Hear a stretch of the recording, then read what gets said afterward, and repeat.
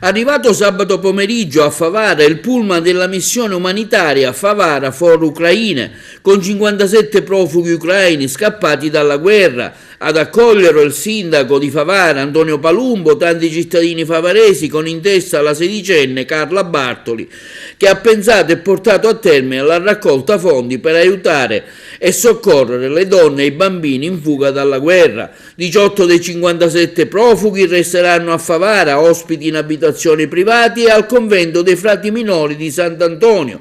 15 un'associazione di San Cataldo li ospiterà, 4 andranno dai familiari a Riesi, ad Agrigento, nel quartiere agrigentino di Cannatello, 2 ad Aragona e 10 a Bivona, grazie a una cooperativa Onlus locale.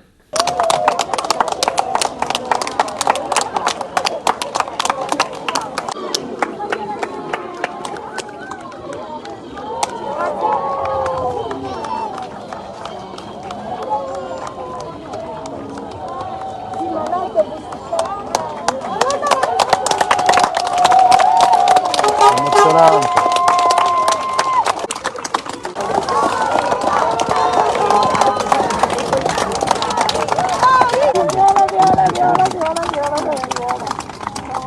Facciamogli spazio.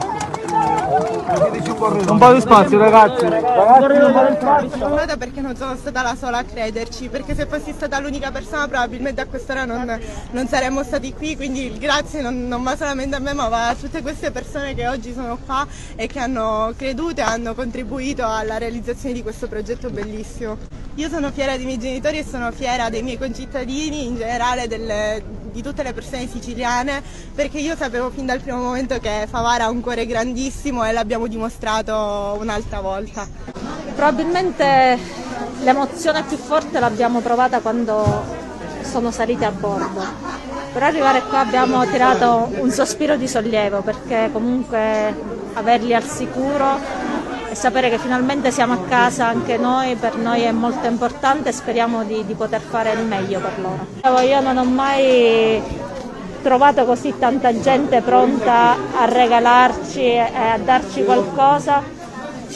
Abbiamo passato i caselli autostradali gratuitamente, ci hanno offerto da mangiare, ho telefonato all'amministrazione generale di Autogrill che subito si è mostrata disponibile ad offrire un pranzo, quindi tanta solidarietà dal Nord Africa che siamo qui fino ad arrivare al Nord Europa, quindi un'Europa unita tutta per la pace.